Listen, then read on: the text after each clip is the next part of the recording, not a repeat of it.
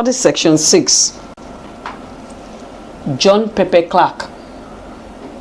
Introduction. John Pepper Clark was born John Pepper Clark Bekelderemo in 1935 in Kiagbo in the western Niger Delta region of Nigeria. His plays are of intense exploration of certain features of African tradition. They are Song of a Goat 1964, The Masquerade 1970, The Rafts 1970, and OCD 1966. Objective.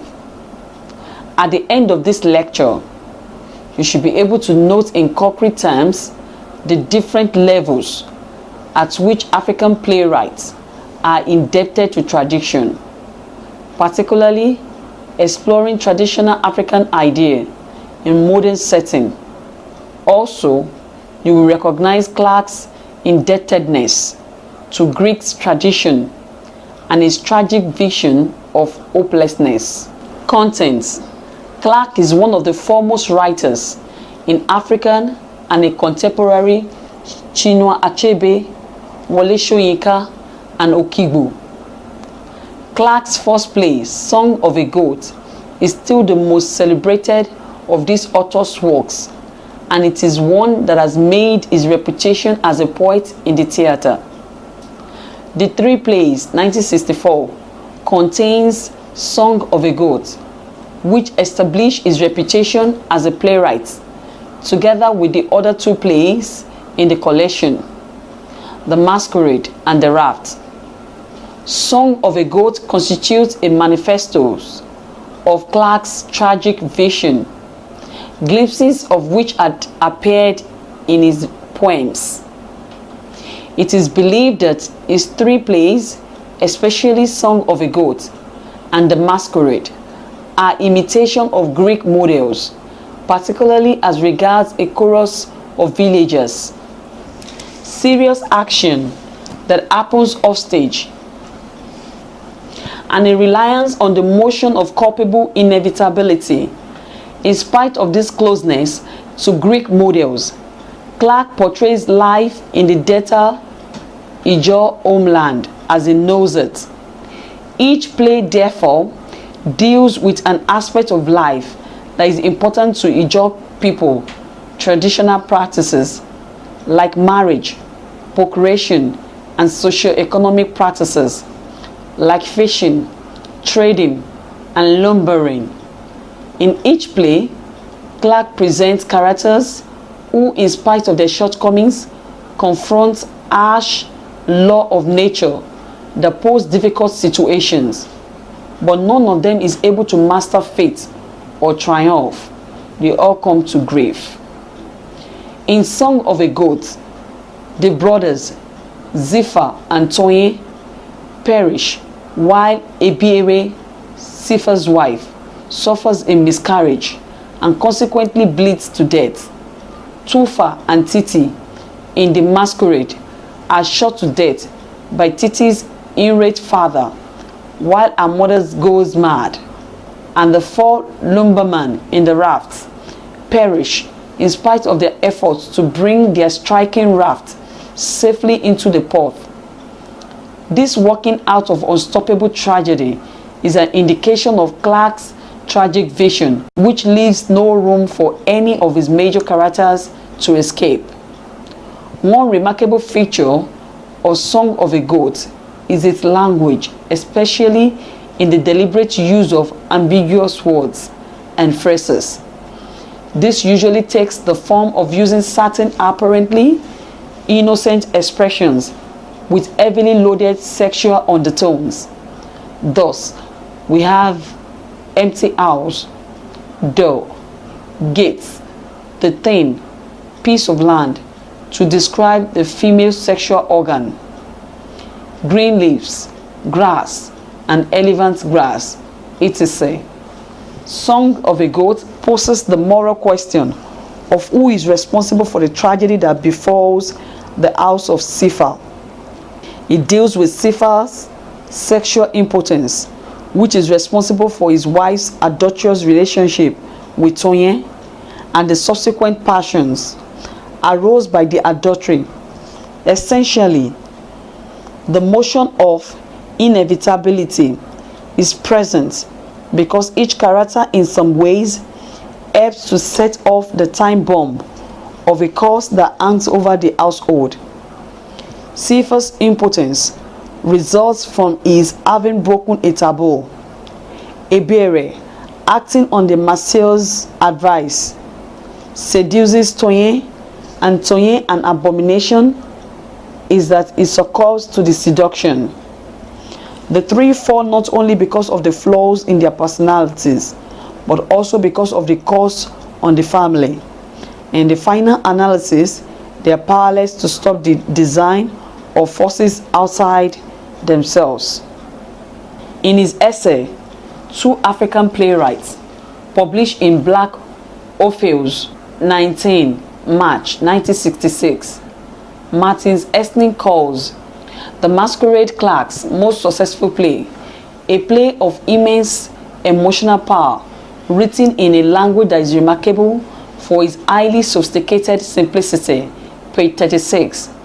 In The Masquerade, also, a family tragedy, Clark dramatizes a popular legend of the village belle who, after refusing all eligible suitors, falls for a handsome stranger whom she meets in the market.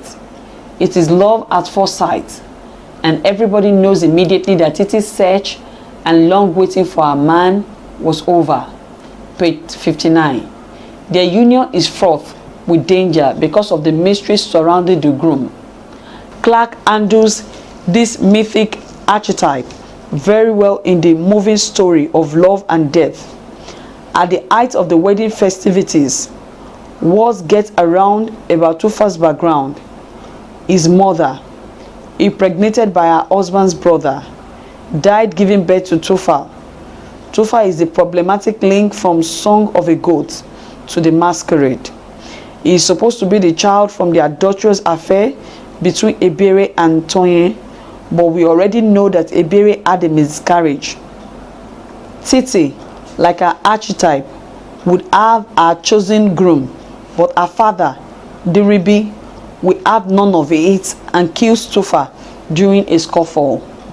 The last play in Clark's trilogy, The Raft, follows the tribulation and eventual death of four lumbermen adrift on a raft ending downstream, as if under the impulse of an implacable, malevolent force. The four men are on the raft in order to make a living, and they are being adrift, although under mysterious circumstances, happens to be a hazard of the trade. According to Adrian Roscoe, the waters of life and the river of life are being alluded to, page 208. But such a reading overloads the significance of this simple play. Clark creates meaning by placing the men in a twilight zone, a wide expanse of water that is suggestive of the beginning of the world, which, despite their history and individual identity, leaves them liminal and thereby increases their universal suggestiveness. In spite of their names, Olofu, Kengide, Ogro, and Ibodo, the drifters are four ordinary lumbermen caught in a perilous situation from which they struggle futilely to escape. We feel for them because they could be us, which is why Clark's play is so successful.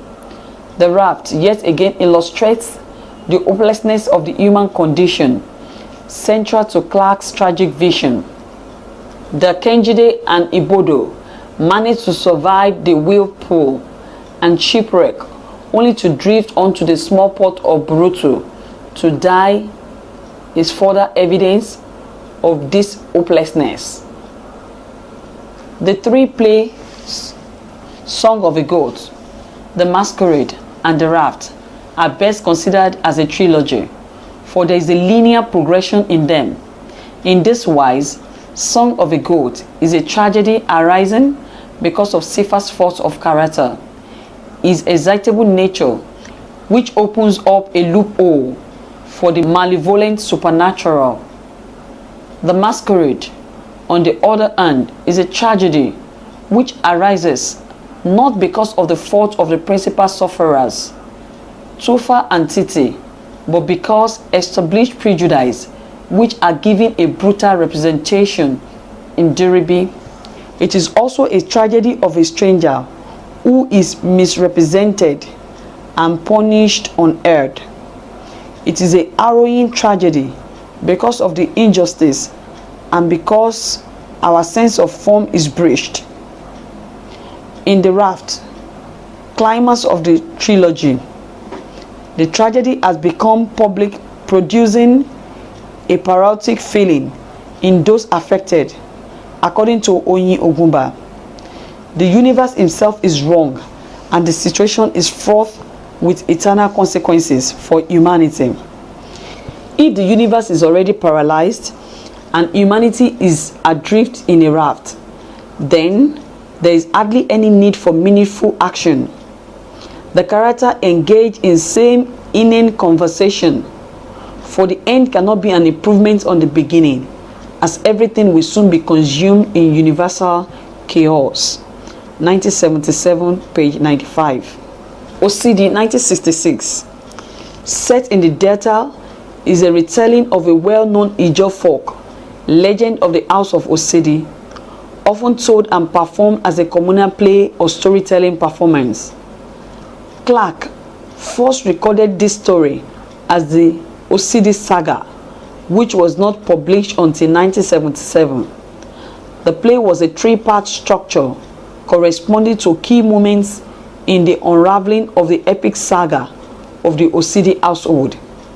In the first part, the father, Osidi, a general of Orua, is set upon the slain by his war colleagues, Ofe, Azebabife, Ogwan, and Agbogidi, who spitefully present his several head to Temugedeje, his idiot brother and king of Orua. Unknown to them, Orie, Osidi's young bride, is pregnant, and their first mistake is to spare her life. She escapes to her mother, Oriame, the powerful witch of the Dama, who takes care of her until her baby boy, named after his father, is born. In the second part of the play, Oriame prepares young Osidi for revenge, and in the third part of the play is carried out. The epic score of events in the play, which spans over 20 years, is such that the seemingly sacred unities of Clark's first three plays disappear.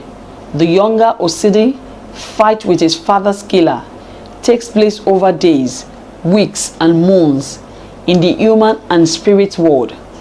Osidi is by far the most successful of Clark's early plays because he has found an authentic voice and form that are uniquely African and capable of accommodating the complex realities and forces that Osidi's revenge brings into play. Structurally, it is an accomplished and performable play despite its numerous scenes. Clark succeeds in holding this seamless piece together through deft use of song and dance, the way a traditional master storyteller would be getting the audience to help with choric interludes. Osidi then is a play in the revenge tradition. It is given a traditional African twist. The philosophy is that when a people sin and government thrives on treasury, a chain of reactions out of proportion to the original fault is provoked, and this is fraught with grave consequences for the health of the tribe. In such circumstances, only the gods can clear the land and restore order. This is the function of the smallpox king in this play. Osidi, in spite of his early popularity in cleansing the community of Ofe and his collaborations, has become a plague on the land, a more potent evil than the one he has removed. Oyin Ogumba, 1977, page 97. As in his other plays, Clarke's display his mastery of language and a keen ear for the sound and density of words that only an accomplished poet has.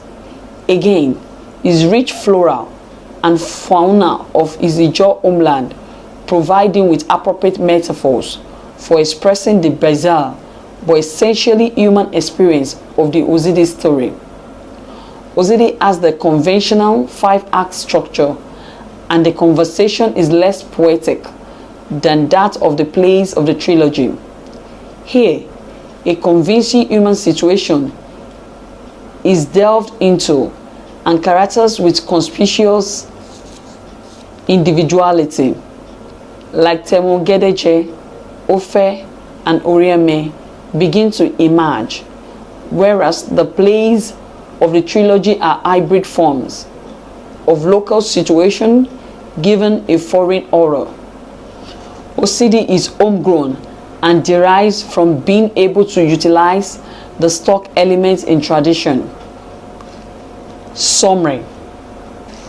In the lecture, we have explored the dramatic works of J.P. Clarke and his indebtedness to tradition, his notion of tragedy, particularly the hopelessness of human condition in the midst of functioning events, which is central to his tragic vision, as exemplified in the trilogy, and lastly the Ozidi, which is the utilization of elements in tradition, central to the vision of most African playwrights. End of study section 6. Thanks for listening.